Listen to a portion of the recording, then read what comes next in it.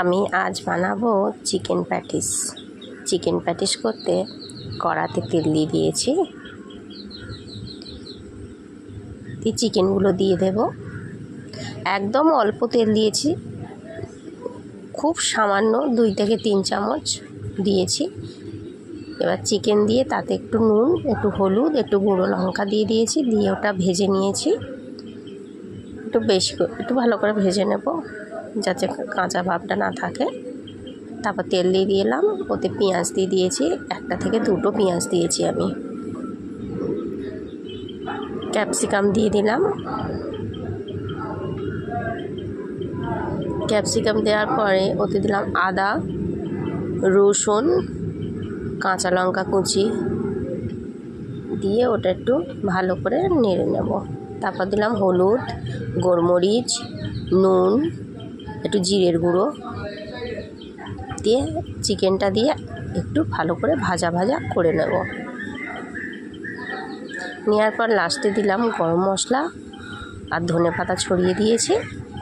এইভাবে আপনারা পুরটা বানিয়ে নেবেন, খুবই ভালো খেতে হয়, সুস্বাদু খেতে হয়। চিকেনটা আমার রেডি হয়ে গেছে। এবার আমি ময়দা নিয়ে নিয়েছি, তাতে নুন আর একটু ময়ন দিয়েছি, দিয়ে ময়দাটা ভালো করে মেখে নেব, ডোটা করে নেব ভালো করে। একটু সময় দিয়ে ডোটা করতে হবে যাতে খুব শক্ত না হয়, খুব পাতলাও না হয়, মিডিয়াম মতো, কিন্তু অনেকক্ষণ ধরে বেশ ভালো করে মাখতে হবে। বেলে নিলাম। বেলে নেওয়ার পর যে পুরটা করেছি আমি সেই পুরটা দিয়ে দিলাম রুটির মতো, যা একটা বড় করে একটা বেলে সাইডে একটু ছুরি দিয়ে একটু করে দিয়েছি, কেটে দিয়েছি, দিয়ে বেলে এটা উল্টে দেব। দেখুন এইভাবে আপনারা তৈরি করে নেবেন, খুবই ভালো খেতে হয়, দারুণ খেতে হয় এটা। চিকেনের পুর দিয়ে এইভাবে আপনারা বাড়িতে বানিয়ে ট্রাই করবেন, খুবই সুস্বাদু খেতে হয় আর ভয়ঙ্কর টেস্টি।